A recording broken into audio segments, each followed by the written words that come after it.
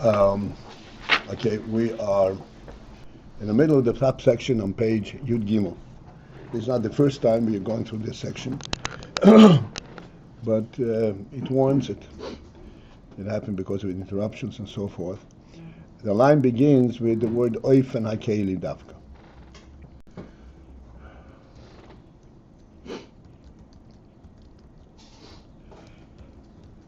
We're talking about oyer and keili, and we're talking about the interrelationship of oyer and keili, which is described, which is referred to as the principle of hislapshus. Hislapshus means being enclothed, imbued.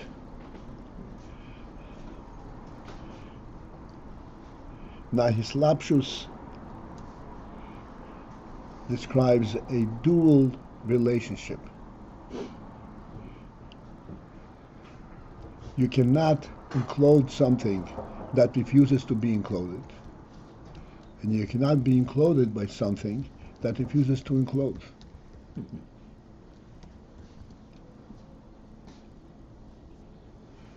So there is the principle from the perspective of the oyer and the principle from the perspective of the keili.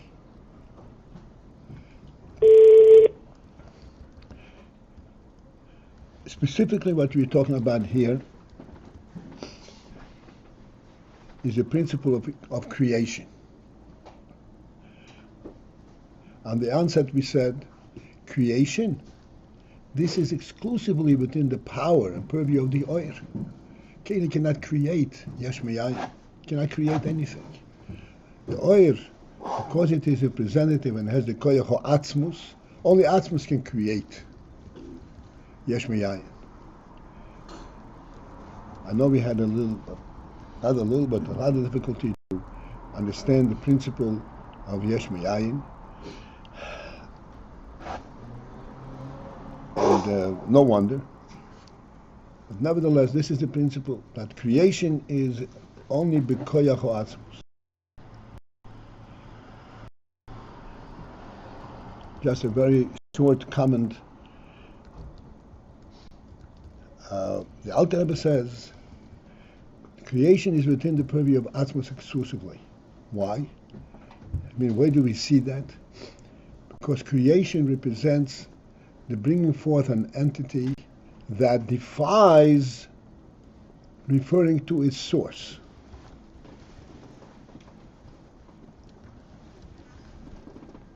It represents, it's a standalone entity.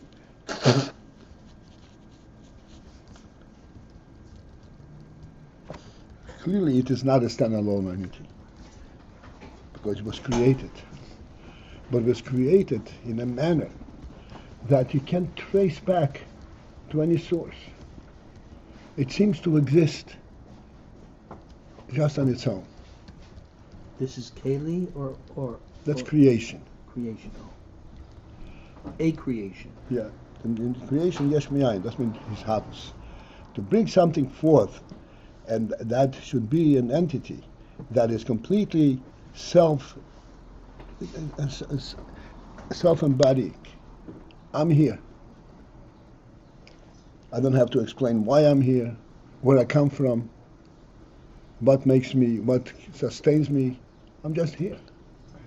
This type of a presence cannot come from what's called oyer, because in oyer everything has a sense.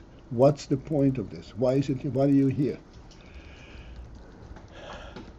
To create such an entity, that is only within the power of Atzma, because Etzem is Atzmus literally does not have a source. The expression, the best that we found that we have the expression to this, so to speak, to refer to Atzmus is mitziyusei me'atzmus. Its presence is from in of itself.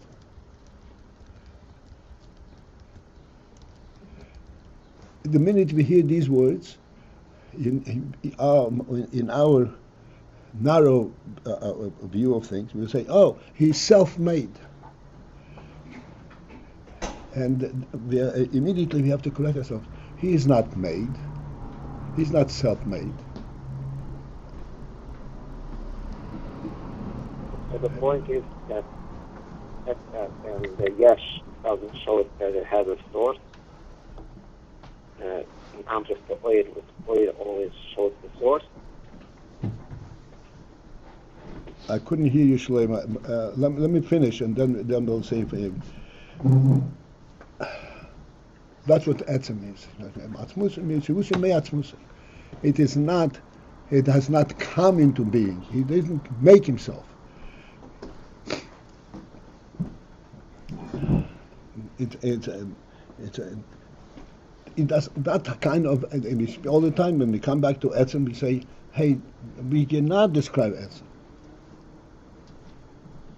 We have etzem in our world, in the creation. We have the Nissan, we have the neshama, we have the human being. But that is the etzem is that the etzem that Hashem provided with. Hashem can provide such a presence that is also not dissipate. That is true in and of itself.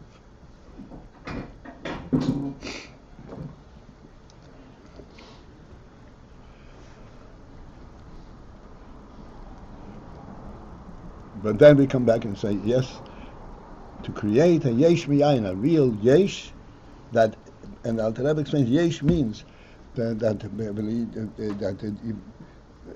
there is no source, yesh hazer, doesn't have a source, at least by its own presentation, that can only come from Atzmos.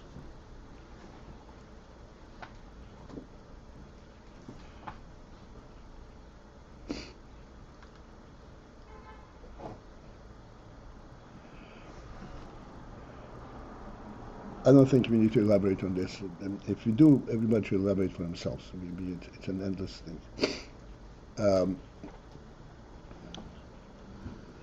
And it can only come from Atmos. And from Atmos itself, it is the oil that represents the Atmos. And in this oil, there's a koyach oetz. But then, say, if in the creation work exclusively from oil, then there would not be a yesh, because oil is in a state of beetle to the mokir. Pardon me. To have a yesh, there has to be some kind of a state in the creator, in the creating power, that can relate to the yesh. And this is where the principle of hakeili comes in. Now this oil is mislabish in a hakeili. A hakeili is a mitzias. Let again try to focus in and kind of speak about oil and hakeili and the difference. Oil, we say, is not a mitzias yesh. Hakeili has a mitzias yesh. Thank you.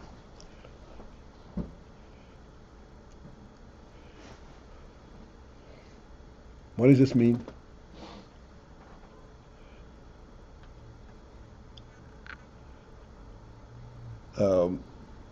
As we always go to a simple muscle, it's rampant in everything that you touch. But if you have a table is a concept. A table is not just pieces of wood together in a certain form. They be put together in a certain form for a definite purpose, and they represent a human quality, a human element. That's oil.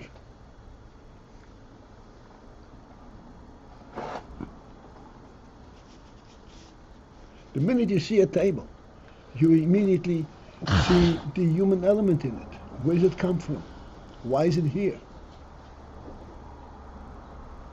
You see a table, there must be human beings around.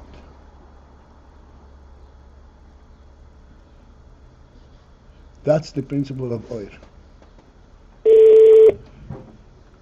When you see a hakeili, a mitzius, that is the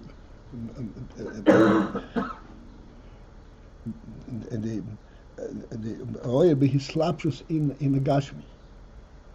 Gashmi can be there with or without a purpose.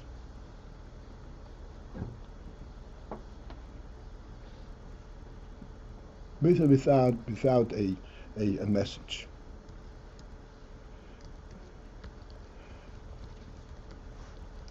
The clearest thing that we have in terms of getting a complete view is the muscle of the host and the guest.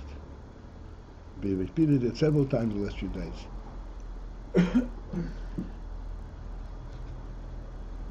You're invited and you're a guest at the host's home. And the host, of course, is not just inviting you to his home and letting you be there, but he serves you a meal.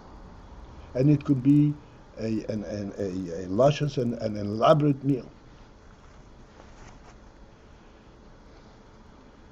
And we all understand, which we already discussed, we're not going to go into details, that the luscious and the elaborate meal is representative, not of meal, representative of the relationship between the host and the guest. Like we said clearly, he serves you a 5-course meal, and you can, under these circumstances, it makes sense. But you will not go and replicate that same process. You will not sit down at your dinette table and set up a setting with a plate, with a napkin, with forks on one side and the spoons on the other side. You will not do it. It doesn't make any sense. Because there's no oir. When you are eating in a host home or at a chasana, you are eating with a spoon and a fork, and you're eating regular food. But it has the oil, it has an overall significance. And then you can actually set it up in an elaborate manner. And it makes sense. This elaborate element, the grandeur that comes along with it, this is completely the illumination of the oil upon the hakeili. The meal itself, the food itself, is like a hakeili, expressing the relationship between you and the host. But the hakeili cannot be taken out of context. If you take this food and go home with it, you lose the whole thing. It is only in the presence of the host that this makes sense, that it has this oil.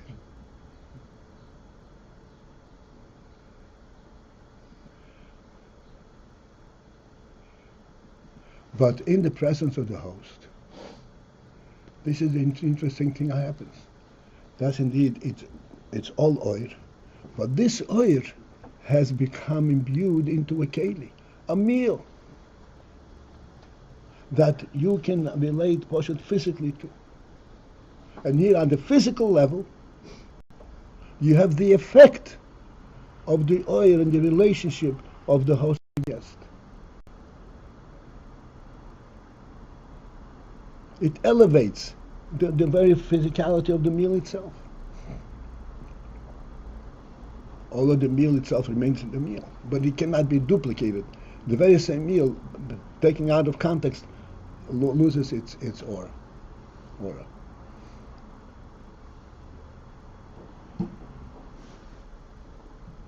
But then again, as we said before, to recreate this without the context is impossible. There has to be the oil and there has to be the hakeili. And then just to have the host, just to have the invitation without any expression, on the physical level, without the serving of the meal, without everything else, it does not exist within the world that you are interacting. It does not. It does not create the element of the host and the relationship with the host and the guest. Oil in a hakeili does create it. And this is not creation. You have a meal that you can take it completely out of context.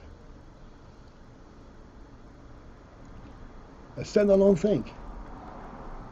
But it has also the oil that illuminates it and gives it a completely different meaning.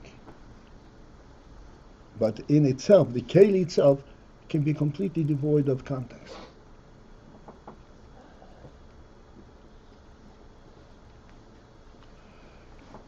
Those are about creation. And that type of creation can only come from an etzem. Like we said before. If not for the fact that the host has set up this table for you and served you, and the context in which it does, if you do it for yourself, you don't have it. The hakeili cannot create that element. The oil can create it, but the oil needs the hakeili to bring the oil element to the level of their interaction.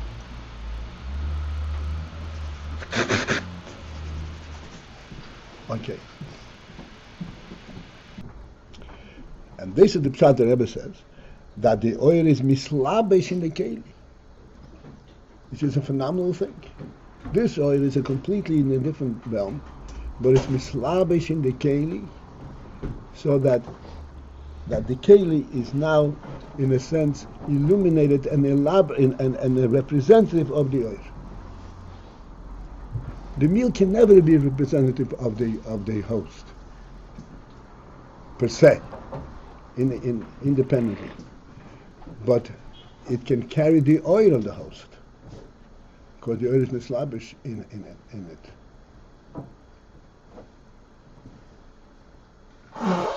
This is what oil became. So now, this oil that's mislabesh in the hakeili would appear to be reduced to the hakeili level. You no longer have this richness of the host and guest relationship. It's now focused and limited to the meal, to the hakeili. So the Rebbe says, no, omnom, and this is where you have to, okay? The line begins with the word ofen. In the middle of the top section of Yud Gimel. Omnom, however, this is extremely sensitive and extremely important. Ha-hislapshus hi bibchinas his galus. The hislapshus of the oil in the hakeili is in a hirgalus manner, bibchinas, in the state of his galus, which means in full expression of the oil. Shehoirois misgalim ba'hakeili, that the oiros reveal themselves in the hakeili. Again, it's a phenomenal thing. Oil is in a completely different realm than hakeili. And these hislapshus enables that the oil should be drawn down to a much lower level, like the hakeili. And yet, the oil element is not eliminated.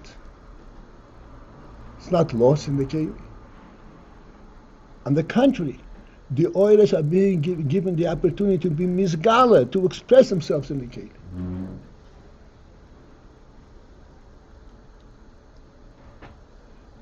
There's much to speak about this. Coming back to the example of the host and the guest,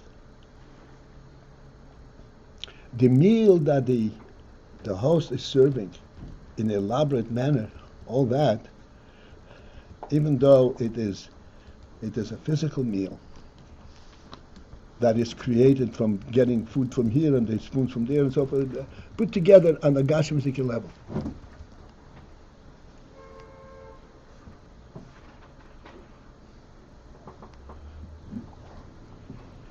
And then, after it's put together, it reveals the relationship between the host and the guest.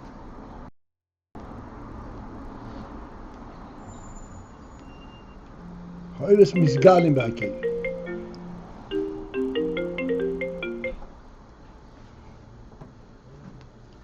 And it gives it full expression.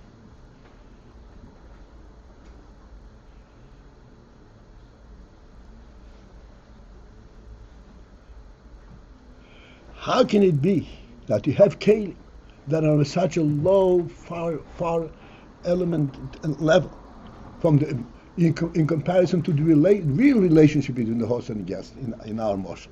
We'll stay at that easier level. And yet, that relationship is revealed through the kelim.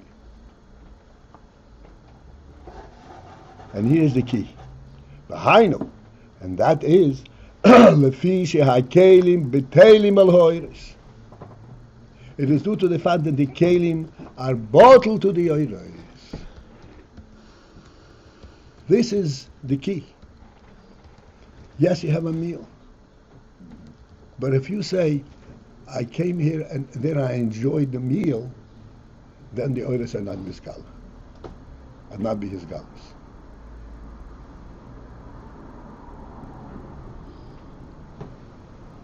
I enjoyed the host's company, and it came to me through the message of the meal. Then perhaps you're closer to the truth.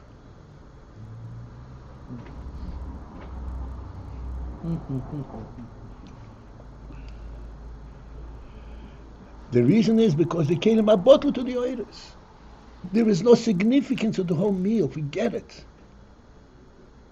It does not stand for itself. The meal is screaming, "I'm not. This is. That's not what this is all about."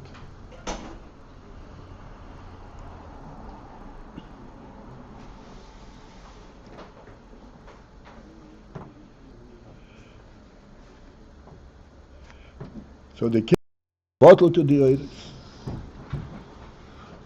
pointing, like we said, but beetle means the kelim are pointing away from themselves. Says, don't pay attention to me. Here is what this is all about. The oil is what it's all about, not about me.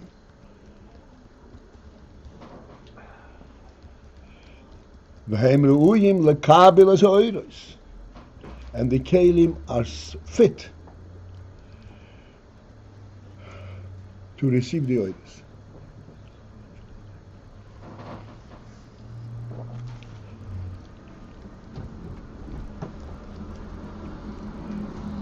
The principle that the kelim are roi, lekabelas oilis, is in fact in this Inyan.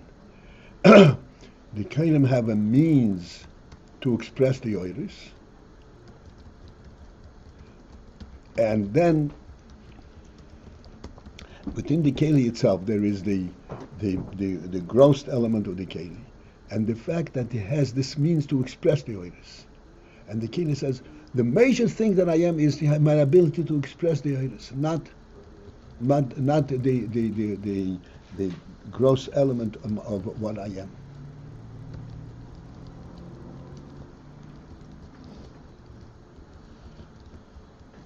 Taking that in the context of the meal, for example,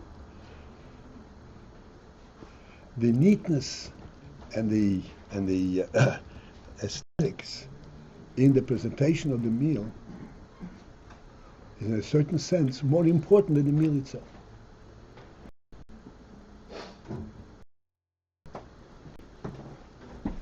And the taste, Shabbos, it says Shabbos is supposed to enjoy your food. You enjoy your food, you have to enjoy the food, it has to be tasty. What's tasty? Healthy. It's plenty and it's a heavy meal. No. It has to be enjoyable. Like we say, the halacha says, at Shabbos you have to have a candle on the table, light, so that you would see the food that you're eating. Because without seeing it, you can't enjoy it. Seeing it means that the food is so prepared that it's enticing for you to eat it.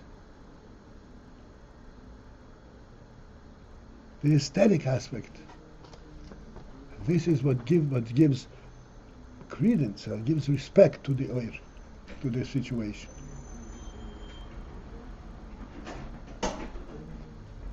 And this is how the hakeili is putting away from itself.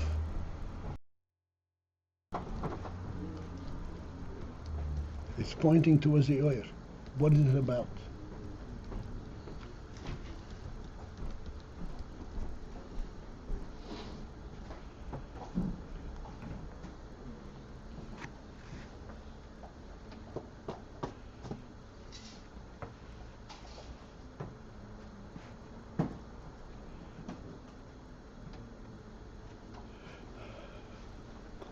Okay, we're going to come back inadvertently to this point again, and then when we come to the conclusion, Alkain, and therefore this is why this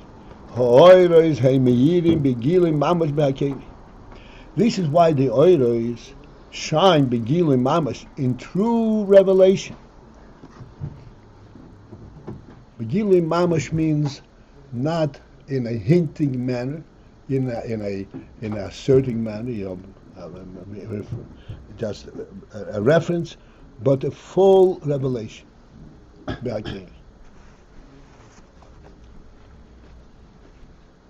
How can the oil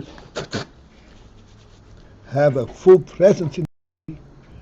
Because the hakeili eliminates, so to speak. It faces completely its own presence. It says, you know what I'm about? I'm about the oil.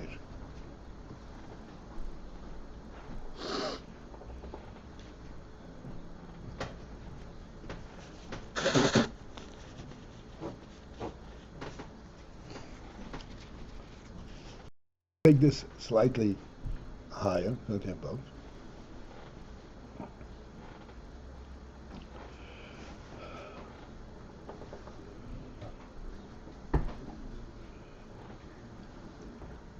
Something that we discussed in the past is loy signoiv, you must not steal. You must not violate your neighbor's property.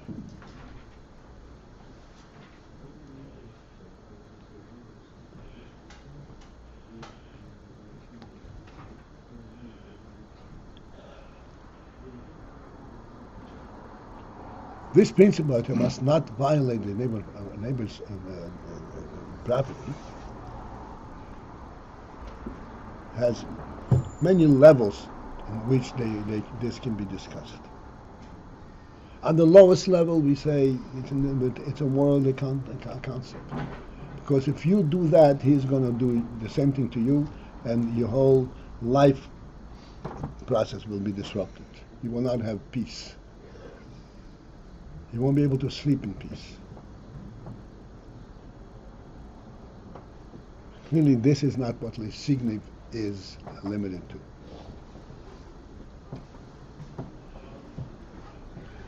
Your neighbor is a godly creation, and he has a right to be here, just as you do. Therefore, you have to respect his right of being. That's slightly higher.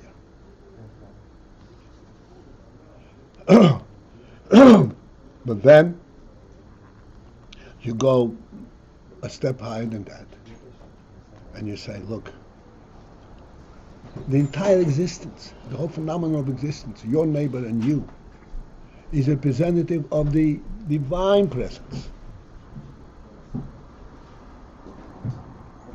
And if you violate this, the honor and the well-being of either one of you, it's an affront to the Creator. Like we say, in the presence of the Melech, everything has to be perfect.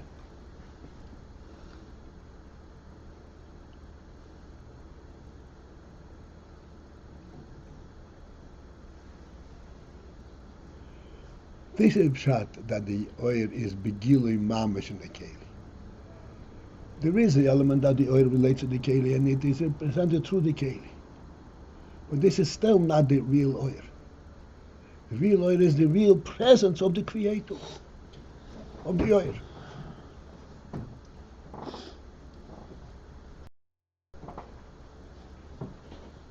Not just because this is where it comes from, but because this is what it currently represents.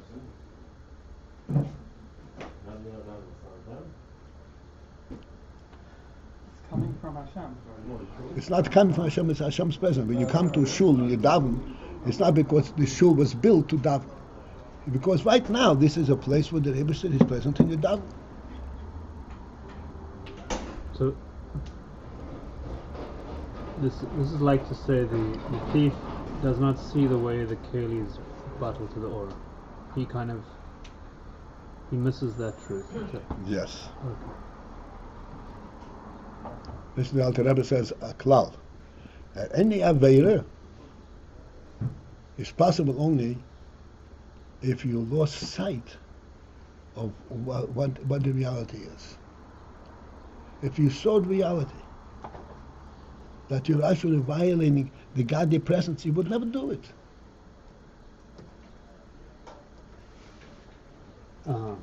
Think it don't be able to say nothing really happened on a real level. So in a way we're going beyond that the hakeili's battle to the aura to saying that Etzem is present. It's not going beyond it. Those go together. They go together. The hakeili is bottle, and therefore it represents the oil completely, exclusively. And therefore the oil can be in full regalia, full revelation. What's the full revelation of oil? The presence of the Etzem.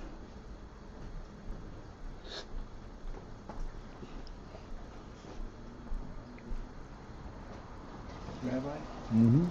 on that note, we gotta end. Yeah. Okay.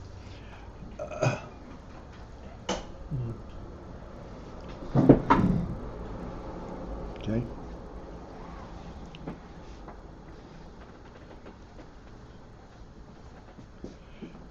So the meaning of the oil is me'irin begilui mamash behakeili. We discussed this in various manners, but begilui mamash means that it comes to the point where all you see is the oil, even though it's in the hakeili. But all you see is the oil. Through the limitation of the hakeili, all you see is the oil. And begilui mamash, unobstructed.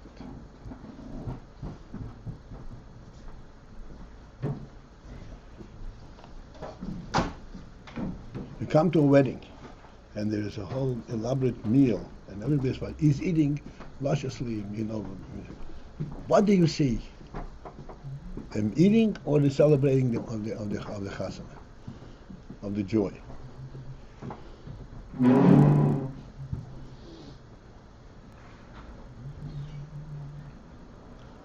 All you see, the real thing is the joy.